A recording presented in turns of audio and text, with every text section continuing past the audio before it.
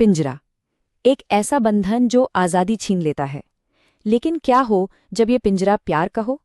तो आज हम लोग शॉर्ट फिल्म पिंजरा की कहानी में गहरे उतरने वाले हैं, जहां दो पुराने प्रेमी वरुण और काम्या सालों बाद अचानक मिलते हैं।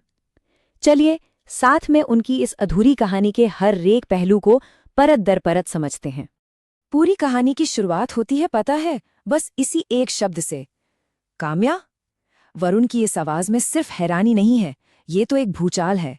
ये वो पल है जब आपका बीता हुआ कल आपके आज का दरवाजा तोड़कर सीधा अंदर चला आता है। तो उनकी जो पहली बातचीत होती है, उफ, बड़ी अजीब सी, बड़ी फॉर्मल। कैसी हो, कहाँ हो आजकल, ये सवाल नहीं है। ये तो बस उस खाई को और गहरा कर रहे हैं जो उन दोनों के बीच बन चुकी है। हवा में एक अजीब सा टेंशन है। जानते हैं कैसा? बिल्कुल वैसा जैसे किसी बड़े तूफान से ठीक पहले की खामोशी होती है। अब जरा इनके शब्दों के पीछे जो छिपा है उसे समझने की कोशिश करते हैं। बस जॉब में बिजी सुनने में तो बड़ा नॉर्मल लगता है ना?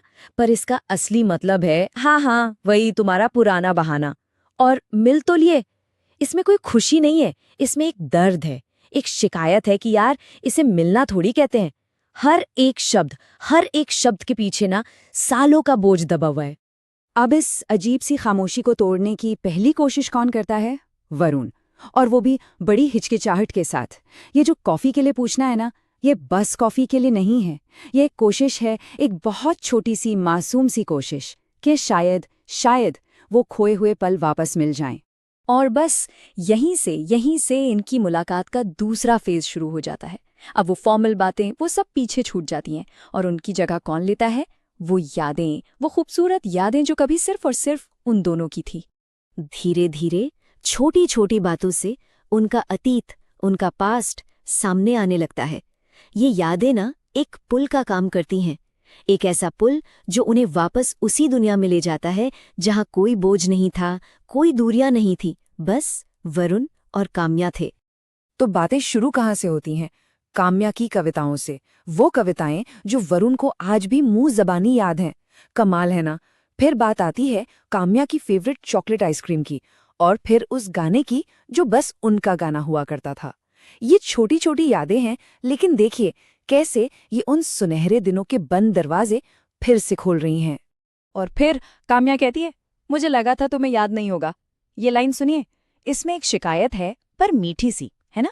ये वो मोमेंट है जब दोनों को ये महसूस होता है कि अरे, इस रिश्ते की राख में ना कहीं एक चिंगारी अब भी दबी हुई है।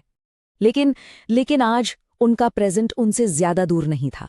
वो यादों के एक खूबसूरत से बबल में खोए ही थे कि टरिंग, एक फोन कॉल आता है और उस बबल को फोड़ देता है बेरहमी से। सुमित।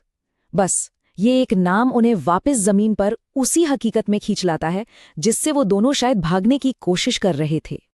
और बस यहां से पूरा माहौल, पूरा टोन बदल जाता है।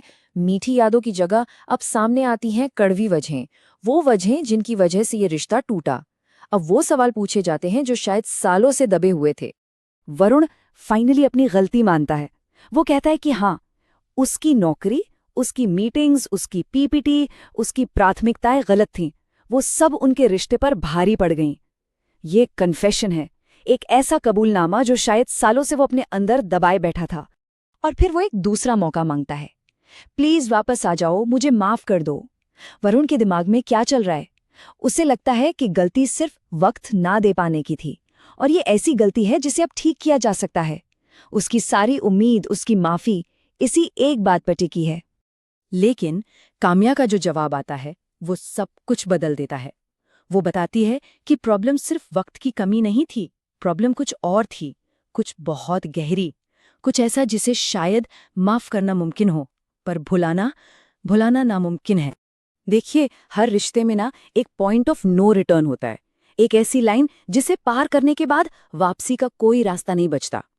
काम्या की कहानी में भी एक ऐसा ही पल था, और वो पल कोई मामूली बहस या लड़ाई नहीं थी, वो कुछ और ही था।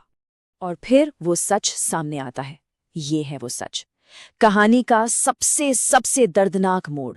ये कहानी अब सिर्फ नेग्लिजेंस की, लापरवाही की नहीं रही। ये कहानी उस एक थप्पड़ की है, उस एक पल की है जब सम्मान की सारी हदें पार हो गईं। और उसके बाद प्यार का जिंदा रहना बहुत मुश्किल होता है। और यहीं पर हमें एक बहुत ज़रूरी बात समझनी होगी। माफ़ी और सुलह, ये दोनों एक ही चीज़ नहीं है।